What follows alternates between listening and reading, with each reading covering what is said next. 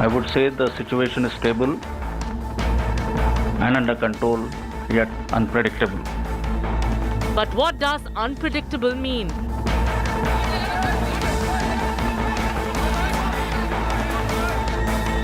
Who has the upper hand in Ladakh?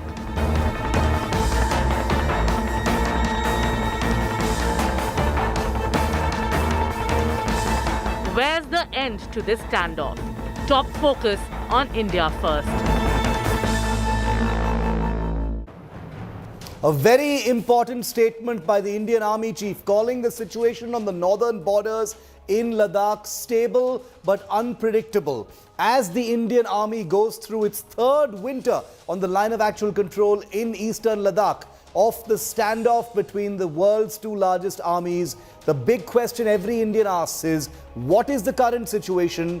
When will full disengagement happen? And when will this standoff come to an end? I'm going to try and answer some of those questions on this super special broadcast because we have a live ground report coming in from eastern Ladakh as well. I'm Shiv Aroor. These are the headlines. Prime Minister Modi's big youth outreach in Hubli, Karnataka. Prime Minister pays tribute to Kannada legends, says runway is ready for young Indians to take off. The runway is ready. The runway is ready for your takeoff.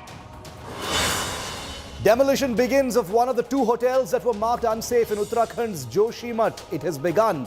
Bulldozers brought in. Emotional locals leave their homes as more cracks are discovered in nearby towns.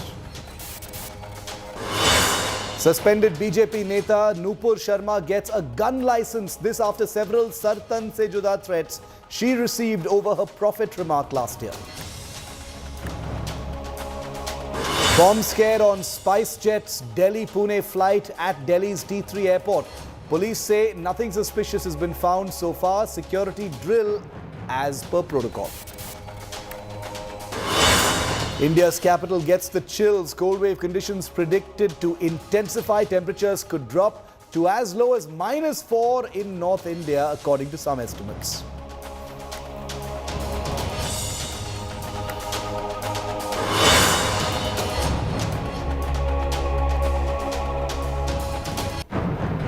Very soon, it'll be 3 years since the two largest armies in the world began a huge face-off, a standoff in eastern Ladakh. Obviously, the provocator was China. They're the ones who moved in and massed their forces across the border in eastern Ladakh. But the fact is, things have become a new normal there. And on Thursday, the Indian Army Chief made a deep statement. He said the situation there is stable but unpredictable. Take a look at this report. Very soon it will be 3 years since the Ladakh standoff began. 3 years of a deadlock with the world's two largest armies, massed against each other over freezing frontier. As thousands of troops withstand the third winter in the wasteland that spans the line of actual control. The Indian Army Chief on Thursday provided a crucial update. I would say the situation is stable and under control, yet unpredictable. Unpredictable, a word that fully captures how India perceives Chinese intentions. A country that has shown keenness to talk and disengage, but still escalating at whim across sectors. Not to mention, zero indications of China de-induct the huge troop and weapon deployments across the LAC since nearly 2020. Speaking at his annual press conference ahead of Army Day on January 15th, the Army Chief also addressed a critical issue pertaining to preparedness. You are aware of the talks, ongoing talks, wherein we have been able to resolve 5 out of the 7 issues that were on the table. And we are continuing to talk both at the diplomatic as well as the military level. In terms of our preparedness levels, they remain of a very high standard. We have adequate forces, we have adequate reserves in each of our sectors to be able to effectively deal with any situation or contingency. The Indian Army has more than matched Chinese strength in eastern Ladakh. But the reality remains a troubling one. China is at India's doorstep, not the other way around. With disengagements and troop pullbacks affected in most friction points, the long slow burn tensions in the vast Depsang Plains and Demchok remain unresolved and therefore potential flashpoints. Away from the Ladakh situation, the Army Chief also provided this update on the northeast. In the northeast, the peace has returned in most of the states, and you are also aware of the denotification of disturbed areas in Assam, in Manipur and Nagaland. While the Army Chief was speaking of internal insurgencies and violence, the external threat remains, with Indian and Chinese troops clashing regularly, like these undated clashes from late 2021 or early 2022, and then again in December last year in Arunachal's Tawang sector.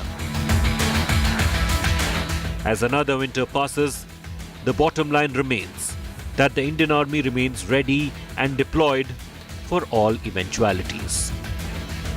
Bureau Report, India Today. India Today's Shweta Singh is in Ladakh today. She happens to be in eastern Ladakh, one of the few journalists with access to the front lines, and she's reporting on army preparedness in the third winter. Shweta, thanks very much for joining me from Ladakh. The Army Chief's big pronouncement today, I'm sure you heard about it as we reported it, Shweta, on peace along the borders. He said it is stable, but it is unpredictable. What is the sense that you're getting from there? Because you heard those words from the Army Chief while you're right there. He's talking about where you are. Well, Shiv, history proves that the Indian Army has never been the aggressor, but whenever there's been a betrayal at the border, we've always learned from our mistakes. When Pakistan did what it did at Siachen, we've never vacated those high posts. We've always been there throughout the year in those circumstances. When 1999 Kargil happened, ever since we've never vacated the winter posts. We've always been there through the year. Similarly, when Galwan happened, the Indian Army has never let its guard down across the line of actual control from Ladakh till Arunachal Pradesh. Our soldiers are there preempting any move by the Chinese on their side, and there have been plenty.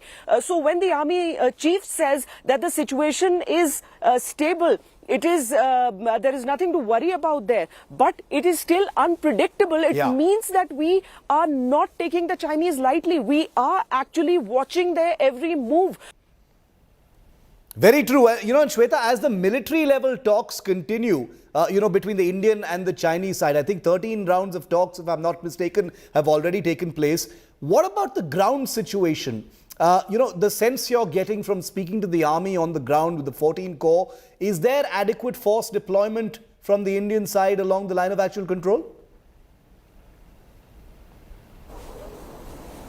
So everyone is aware that the talks are ongoing, and India has never actually stopped relying on talks to solve whatever has happened at the line of actual control. And when the foreign minister spoke to us, you would remember he had said that we are able to talk on equal terms because of what the Indian Army is doing at the borders. So the Army Chief has said that out of the 7 issues, 5 have been resolved. So that is a positive movement, though we can believe that there is more of a stagnation and things seem to be moving very slow, but that is what China is all about. Now, coming to the deployment, I'm standing here in Ladakh, and the deployment here since Galwan has been a mirror deployment, and we've been saying that all through. So keeping the deployment in Ladakh, specifically eastern Ladakh, completely consistent to what it was. Huge deployments there by the Indian Army. They could grow even further during this winter. Shweta reports at a time when the third winter has gone by. Remember, with the passage of time, it becomes the new normal, and that's not a good thing. And that is reflected in what the army chief said today about things being stable. That's no fighting happening, but it's unpredictable as to which way things could go from here. Shweta, stay safe. Thank you very much for that live report for us here in Ladakh. Just a month after the Tawang clash in Arunachal Pradesh, Army Chief General Manoj Pandey has clearly said that the situation is stable, but it remains unpredictable. And I want to repeat that because there is a great deal of meaning in his choice of words. But how unpredictable is China this time around? Here's a quick situation report. India Today's Ankit Kumar has compared, judged and assessed the growth of Chinese deployments across the line of actual control in eastern Ladakh to paint a pretty clear picture, probably the clearest picture you're ever going to see of just what China has done, even while talking about disengagement. Weeks after the Tawang clash in Arunachal Pradesh, Army Chief General Manoj Pandey said that the situation along the India-China border is stable but unpredictable, maintaining that India has been able to maintain a robust posture along the line of actual control. Situation is stable and under control, yet unpredictable. So how unpredictable the red adversary can be? Here's a quick situation report on what China has been up to and why the army leadership has termed the situation unpredictable. Sample this. At the banks of the Pangong Tso in the eastern Ladakh, China has been rapidly increasing its infrastructure. What you see in these satellite pictures is PLA's new division level headquarters, radar station, under construction bridge, along with a new road network. While these structures fall just outside the disengaged standoff zone, they are well within the territory claimed by India. As Galwan Valley, the ground zero of brutal hand-to-hand combat of June 2020, remains stable. Rapid infra push from both sides is visible. Inputs suggest that PLA has provided its combined armed brigades with CSK series high-mobility armoured vehicles. Its tanks have been upgraded with modern fire control system. Towed howitzers replaced with truck-mounted howitzers and deployed the PHLO-3 truck-mounted multiple rocket launchers near the LAC.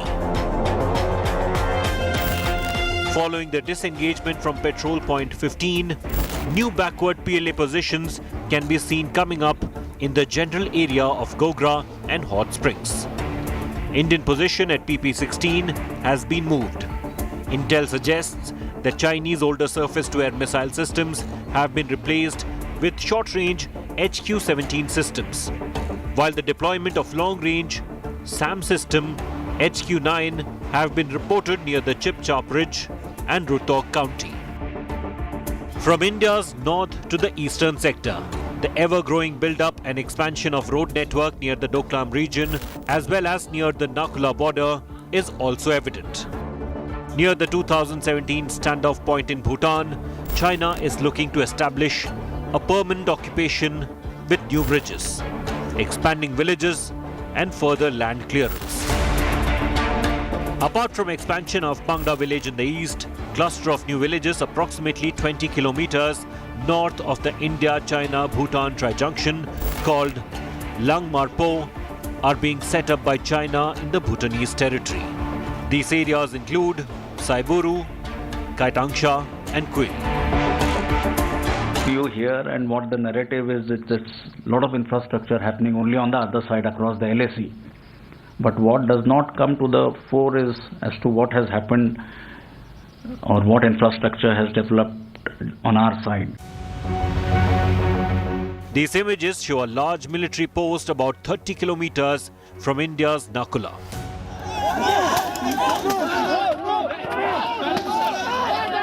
Moving further east to Arunachal Pradesh, the border areas of Tawang has already witnessed failed attempts by the Chinese ground forces to change the status quo. The expansion of dual-use Chinese village north of the Indian positions is under constant upgrade since the Galwan incident. A new wider road leading towards the LAC has also come up recently. To ensure that they remain a step ahead of the Chinese, the government as well as the military leadership must ensure a robust infrastructure along the border areas as well as state-of-the-art equipments and technology to our troops to ensure that any future attempts to encroach in our territory can be thwarted off effectively. With Abhishek Bhalla and camera person Pavan Kumar, I'm Akshay Dongre for India Today. And joining me live to decode what the Indian Army Chief meant by stable but unpredictable, and given everything we know so far from the public domain and from our sources reporting from Ladakh, the only channel reporting at this time from eastern Ladakh, I'm joined by none other than Colonel S. Dinny. He's a former commanding officer of an infantry battalion that was deployed on the Pangong Tso sector at a time when this standoff was just brewing. Also with me, always a privilege to have Lieutenant General Sanjay Kulkarni, Veer Chakra, hero of Siachen, the first officer to land in Siachen as part of Operation Meghdoot. He's also been Chief of Staff of the 14 Corps, and therefore both of these officers know more than a thing or two about being eyeball to eyeball with the Chinese and how they operate. Welcome to the both of you. Thank you very much for being with us. General Kulkarni, I will come to you first, sir. Stable but unpredictable. It seems a very general thing to say, but the more I think about it, it is also very specific and captures so beautifully this situation, because we have to admit, sir, that this is the third winter since the standoff began. There is no active fighting or shooting or, war-like situation happening. But the more the time passes, the more this is becoming the new normal and the new status quo. And that is perhaps what the Army Chief meant by stable. But he also said it's unpredictable because this is China that we are dealing with, sir. Thank you, Shiv. I think absolutely right. The Chief summed it up very well. Because it is this unpredictability which is challenging, and it is that what we have to manage it. The Chinese aren't 9 feet tall. We know exactly what is happening there. If their infrastructures come up, so has ours also come up. That's not there. It's almost a mirror deployment there, definitely. But this unpredictability, because you can't trust the Chinese. They don't walk the talk. But despite all that, we still have to do jaw and no war. Because obviously, preparation prevents a war. And therefore, much that it may be stable, much that it may be looking normal, but you saw what happened at near Tawang. Yeah. So that kind of a thing, the Chinese unpredictability. And China, with Chinese, you have to be dealing with them from a position of strength. That is very, very essential. And that is slowly and steadily, we find that we are gaining. And the Chinese seem to be realizing that. They know what we have heard the chief say, the kind of habitats which have come up for almost 55,000 troops he mentioned, for the tanks, for the guns, all kinds of things that have come up over there. That is indicative. And as you rightly said, the third winter.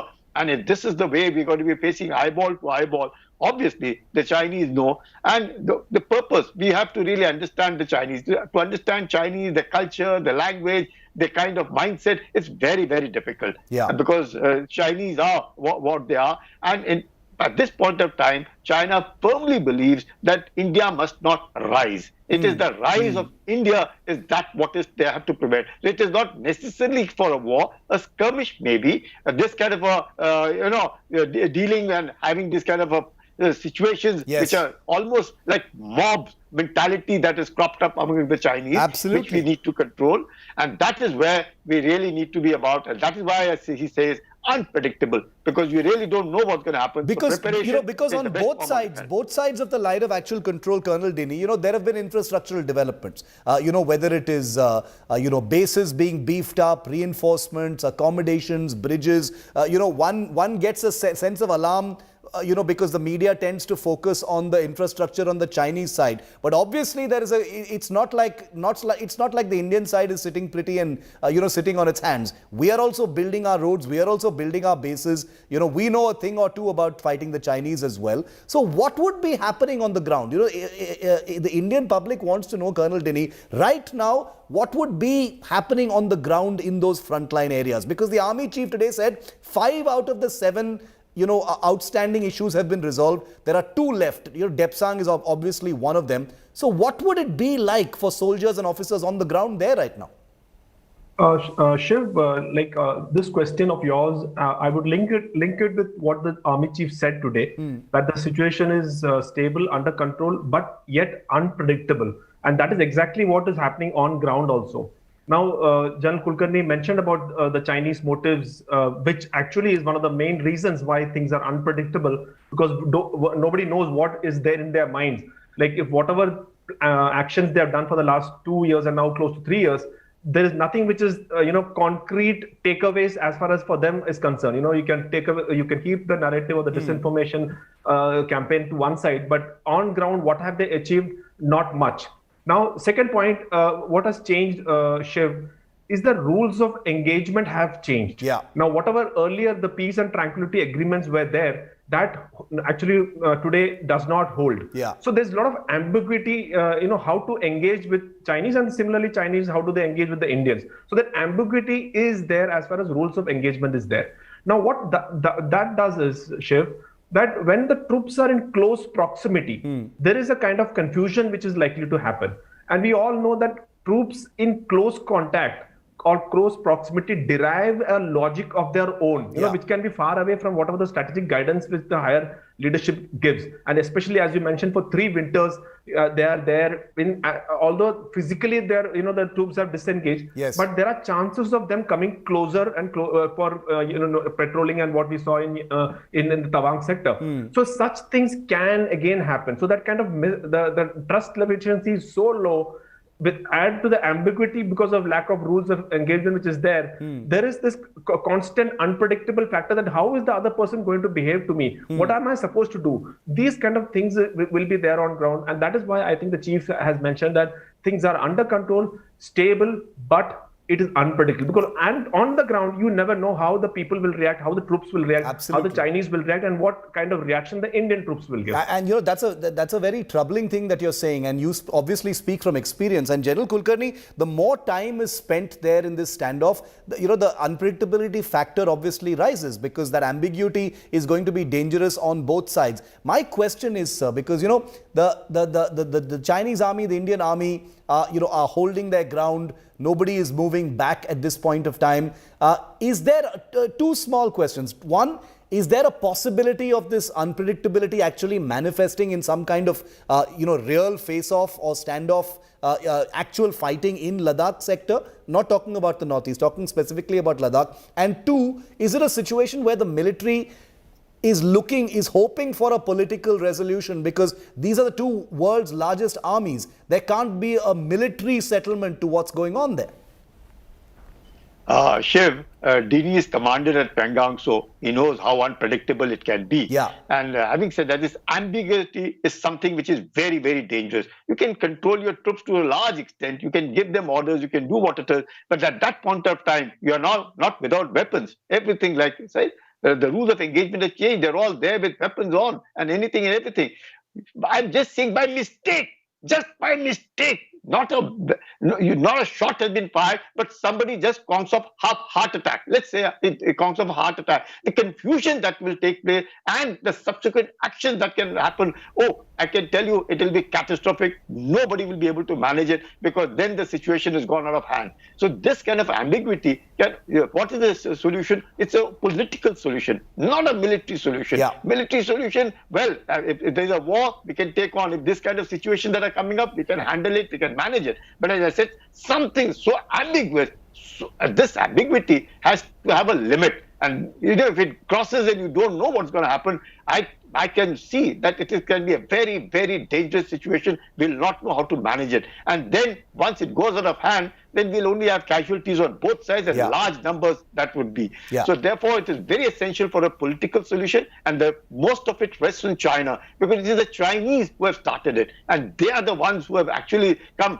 38,000 square kilometers in eastern Ladakh is occupied by them. So they are inside my house. And once they're inside my house, if it is the other way around, if it's in South China Sea, what happens there, the Chinese seem to be saying, well, whatever happens outside a bedroom, we do not entertain. Here, he's inside my house. Yeah. He's occupied 38,000 square kilometers. And therefore, we have got to be very careful. Our troops are fantastic. Our leadership is fantastic, unbelievable. That is why so much of it is there under control. But whoa, there's a limit. After all, there's a limit to the kind of patience. There's a limit, as I said, no shot fired. Some untoward incident takes place and some man just loses its temper. No, absolutely. I completely agree with you. And I think this is very important, Colonel Dinny, to convey to the public as well, that even though it's been, 3 winters into this standoff, a very important lesson has been sent to China, has it not? That they can't be doing, whatever they want to. Many of their objectives have not been met. They've run into a wall called the Indian Army. I'm not chest thumping. This is a warlike situation. I don't want to romanticize and sentimentalize it. But the fact is, as a professional army, the Indian Army has stood its ground, and they have not allowed the Chinese army to meet most, if not all, of its objectives in Ladakh. Absolutely, Shiv. With due regards to the Chinese army, I would like to, place on record that they call us unpredictable, because they call us unpredictable. Which because is good. There are things which we do, which they can't fathom, that how do we do such things and why do we do such things. That is also true. Like what the chief was mentioning, that it's the only story which comes is what the kind of infrastructure which they build. Nothing comes what we do. Similarly, the kind of operations which we do naturally will not come out. So therefore, let us be very clear, Shiv, that the Chinese also would be same discussion would be going on, that how unpredictable the Indians are, like what we did in the Kailash range. Yeah, and similar things at the ground level, at the tactical level also. There are ways and means of countering whatever Chinese does. And what last point which I would definitely say is that, at this point as we speak, although there are tensions which can manifest at the ground level when the troops beat, but at the highest level, there is adequate amount of troops on both sides. So the escalation has taken place to such a level. Now, I think only a de-escalation can take place from here. So before a conflict can, like what Jan Kulkarni was mentioning, an inadvertent conflict starting because of some nobody meant it. Like even the Galwan incident, I sincerely believe that Chinese did not mean it or did not plan it the way it happened. So similarly, before something untoward happens, a political decision, something like what happened in Wuhan, would be very good, so that even this kind of buffer zone wherein the troops are not coming in close contact is a good thing. Good thing to maintain peace at that area. So similarly, a political decision has to be there so that further, as much as possible, less and less physical contact of troops take place at the ground level. War is not an option. It has to be a political resolution to this standoff. India and China are very, very different countries in how they operate. One country is a dictatorship where the military is completely controlled there. Here in India, we're a democracy. And if a war takes place, there will be mass casualties on both sides. Both countries know it. And that's the reason why China has also learned many lessons, like Colonel Denny and General Kulkarni just said. So this is not a situation that is one-sided by any means. I don't want anyone to go away from this special broadcast thinking that India is at a disadvantage. Not in the least. As Colonel Denny said, India is labeled as unpredictable by the Chinese side as well. So this is a two-way street, but it requires a resolution. Thank you very much, General Kulkarni and Colonel Denny, for throwing light on an important and unfolding issues. 3 winters down. Let's hope it's the last one. Thanks for watching this special broadcast. Coming up next, it's Business Today with Ava Bakaya.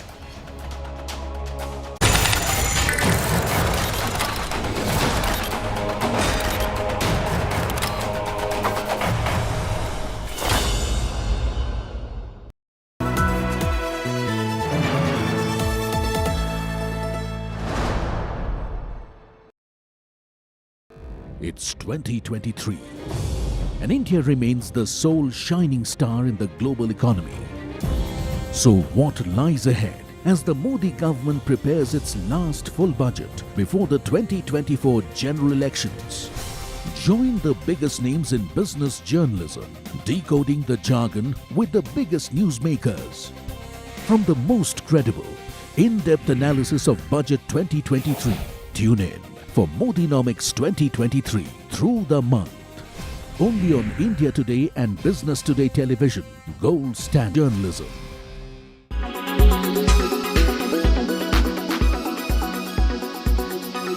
PSU banking space will do reasonably okay. It will not do as well as what we've seen in the last year. But I think we should stay focused on to SBI, BOB, Can Bank. I don't think we should go too far in terms of the smaller PSU banks, because that is where when the market is tough, the performance may not be that good. But overall, we have a positive view on these three names which I have outlined. Okay, and what about your take on the entire auto space, especially with this, auto show now underway? We are seeing some already, some footages coming in as far as the Maruti Suzuki's EV goes, and that's the first one from their basket, slated to release on 2025 as well.